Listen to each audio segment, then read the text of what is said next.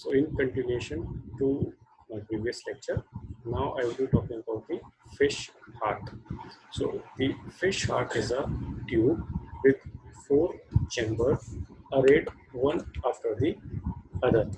So if you look at this particular image, the heart begins with the sinus venosus, extends up to atrium, followed by ventricle and the conus arteriosus.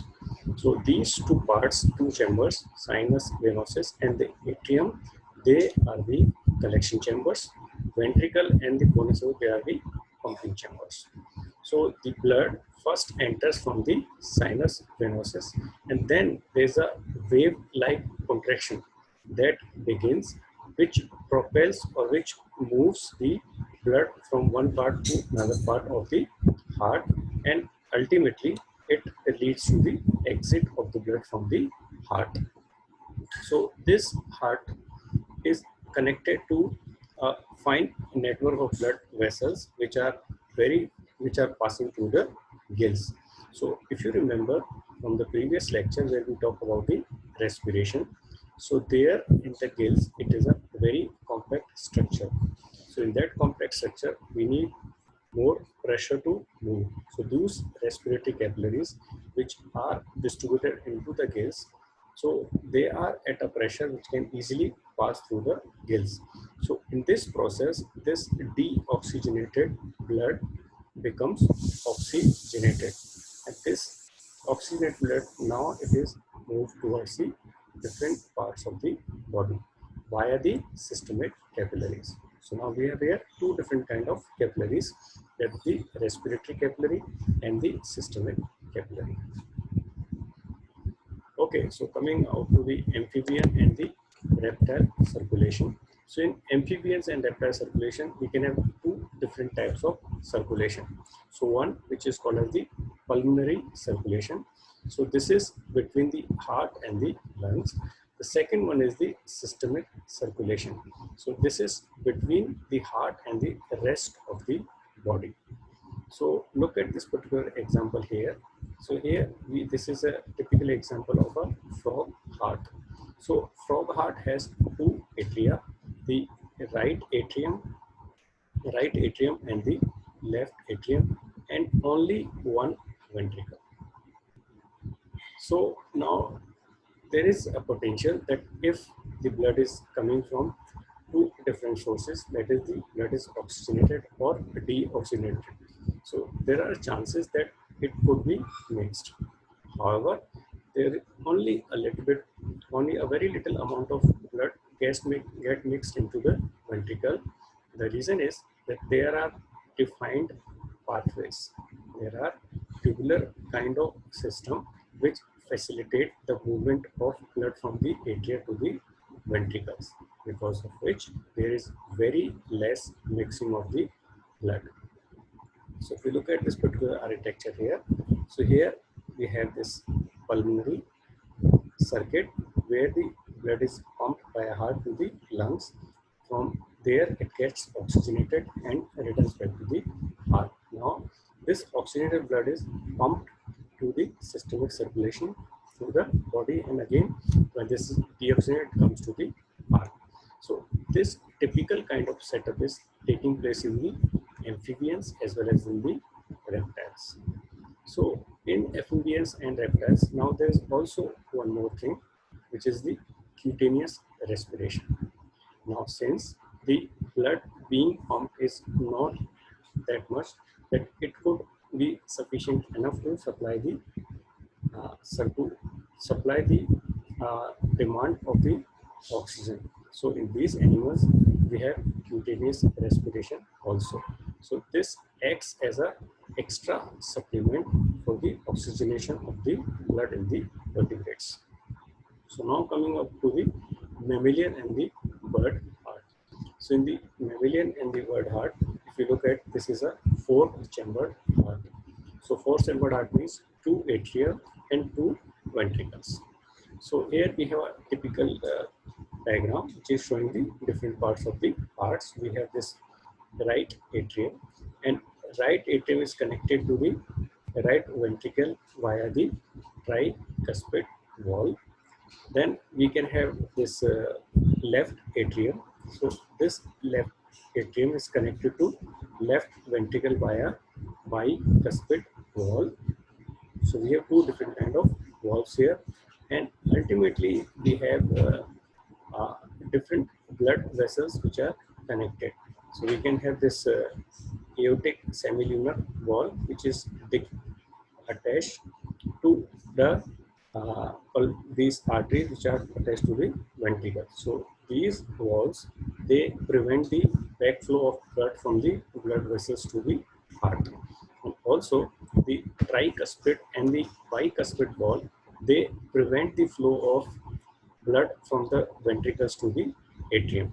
So when there is flow of blood, so initially it is the atrium that receives blood from the body or from the lung. When there is a sufficient amount of filling of atrium takes place, then these valves, tricuspid and the bicuspid valves, they open up, which leads to the movement of blood from the atria to the ventricles. When a sufficient amount of blood is there in the ventricles and the contraction takes place, the blood moves from the ventricles to the blood vessels, which leads to the opening of the semilunar valve. So this is a typical diagram which shows the movement of the blood. So here we can see the left, this right ventricle. This is supplying blood to the lungs. This is left lung and the right lung. And from here we are receiving the oxygenated blood to the left atrium, which supplies to the left ventricle. Now this left ventricle supplies blood to the systemic circulation. Okay, so coming back to what the whole mechanism is, so we have the cardiac cycle. So usually the heart has two pair of valves, which I already showed in the diagram. So we call this atrioventricular valves. They guard the opening between the atria and the ventricles. The atrioventricular valve on the right side is the tricuspid, that is between the right atrium and the right ventricle, and the AV valve, which is on the left side, is the bicuspid valve. It is also known as the mitral valve. And there is another pair of valve, which is the semilunar valve. This valves guard the exit from the ventricles to the atrial system. So the pulmonary valve is located at the exit of the right ventricle, and the aortic valve is located at the exit of left ventricle. So these valves, they open and close as the heart goes through the cardiac cycle. That is the cycle of diastole and the systole. So diastole is rest and systole is contraction. So the right and the left arteries, they deliver oxygen depleted blood to the right and the left lungs. These return blood to the left atrium of the heart via the pulmonary veins, and the aorta and its branches, they supply blood to the systemic circulation, that is to the all parts of the body carrying the oxygenated blood. So all the events, that is the one contraction and one relaxation, is together called as the cardiac cycle. Now there are a couple of events, that is the electrical events, which are taking place in one contraction or relaxation or in the cardiac cycle. So if you look at this particular pictorial representation here, so there is a beginning of depolarization as the sinoatrial node. In short, we call it as the SA node. Now this depolarization spreads from the right atria located, which has the location of SA node, from right atrium to the left atrium and reaches to the atrioventricular node, that is the AV node.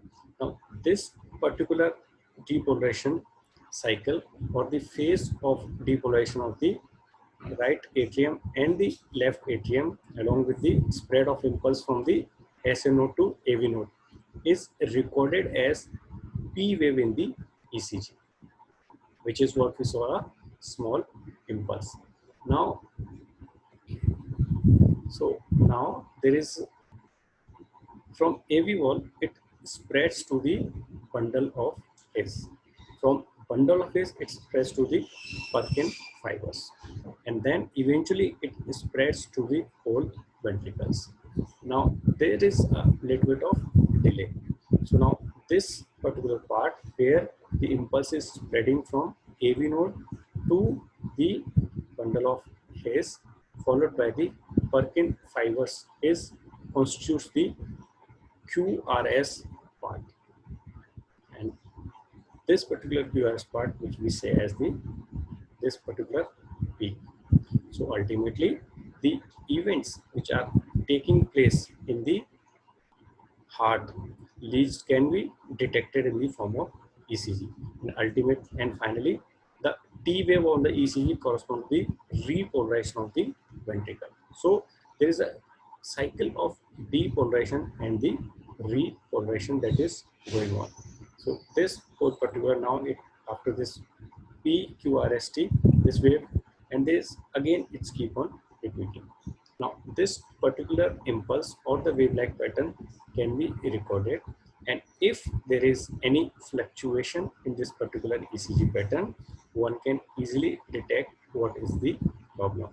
Let's say, for example, if there is deviation in the P or there is any deviation in the QRS waveform, so one can correlate that problem is in the right atrium or the problem is in the spread, that is conduction of the impulse from SL node to AV node, or there is a problem in the ventricles. Okay, so coming to the next topic, that is a blood flow and the blood pressure. Now there is a term which is called the cardiac output. So it is the volume of blood pumped by each ventricle per minute. So as all of us know that the heart rate, the ideal heart rate is 72 beats per minute, and in every contraction 70 ml of blood is pumped out. So this 70 ml of blood which is pumped out by contraction of ventricles is called as the stroke volume. So now if we multiply this stroke volume, that is 70 ml, with the heart rate, that is 72, we get something close to 5 liters. So this 5 liters is the amount of blood which is pumped by a person's heart in a normal resting stage. However, whenever the person is doing some kind of exercise, some vigorous exercise, let's say running or swimming, then this cardiac output could increase up to 4 to 5 fold. So in a way, we can say that about 25 liters of blood could be pumped per minute by the average young adult while doing exercise. Now this arterial blood pressure depends on two factors. So how much blood the ventricle pumps, that is the cardiac output, and how great a resistance to flow the blood encounters into the entire arterial system. So in a way, if there is increase or decrease in the cardiac output, let's say for example, if there is increase in the contraction, let's say for example, in place of 72 beats per minute, the beats increases to, let's say, 140 beats per minute. So in that particular case, the contraction is more. The number of contraction have increased. So in a way, the cardiac output will automatically increase. The second point is the resistance to the blood flow. So if there is viscosity of blood is more, and the blood, or let's say the blood is moving into the blood vessels which are having thin lumen, it is not that broad, so there will be more resistance in both the cases. Now this change in the pressure, change in the arterial blood pressure, is detected by baroreceptors, which are located in the arc of aorta and in the carotid arteries. Now these baroreceptors, they detect the change in the arterial blood pressure and sends information to the cardiovascular control center in the medulla oblongata, which is the region in the brain stem. So now if there is decrease in the blood pressure, it will send a signal for the decrease. If there is increase, it will send us signal for increase. And accordingly, the information will be processed. If there is decrease, the message will be sent for increase. If there is increase, the message will be sent for the decrease. Now there are a couple of methods, a couple of control parameters that are taken up by the body to regulate blood pressure. So blood pressure depends on the total blood volume. In general, a decrease in blood volume will decrease blood pressure. Let's say, for example, somebody having hemorrhage, or there is a severe accident or injury, and there's a lot of blood loss. So that leads to a decrease in the blood volume. So the person's blood pressure will automatically decrease. Or let's say the person is dehydrated. So in that particular case also, there will be more loss of fluid from the body, or in general there will be loss of fluid from the blood. So in that case also, the blood pressure will be low. So blood volume regulation involves effect of 4 hormones. Number 1 is the antidiuretic hormone. So this antidiuretic hormone, or in short ADH, is also called vasopressin. It is secreted by the posterior pituitary gland in response to increase in the osmotic concentration of the blood plasma. Let's say, for example, more and more water is being lost. So there will be increase in the osmotic concentration of blood plasma. So in that particular situation, ADH will be released. So this ADH will stop, or it will prevent the kidneys to filter more water. So there will be more water retention, which will lead to the decrease in the osmotic concentration of the blood plasma. The second one is the aldosterone. If a person's blood volume is lowered by, let's say, dehydration, the flow of blood through the organ will be reduced if there is no compensation. So this aldosterone promotes the retention of sodium and water in the blood. So now, owing to the retention of water will increase the blood volume, and retention of the sodium will lead to the increase in the blood pressure. So this, in general, sodium increases blood pressure. If you remember, those people who are having high blood pressure, they are advised to take low sodium salt. The reason is that sodium increases the contractility of the heart. So in a way, it increases the blood pressure. Now there's another hormone which is called the atrial natriuretic hormone. So this promotes secretion of sodium. So the right atrium of the heart secretes its atrial natriuretic hormone in response to stretching of the atrium via increased blood volume. So if there is increase in the blood pressure, and that exerts pressure on the right atrium. If the pressure is more, or in a way the blood pressure is more than the usual blood pressure, then in that particular case, the atrial natriuretic hormone will be secreted. Now this will promote the secretion of sodium via the kidneys. So in a way, more and more sodium will be lost from the body. That will lead to decrease in the blood pressure. Now the fourth one is the nitric oxide. So this nitric oxide is a gas that acts as a hormone in vertebrates. So what does it do?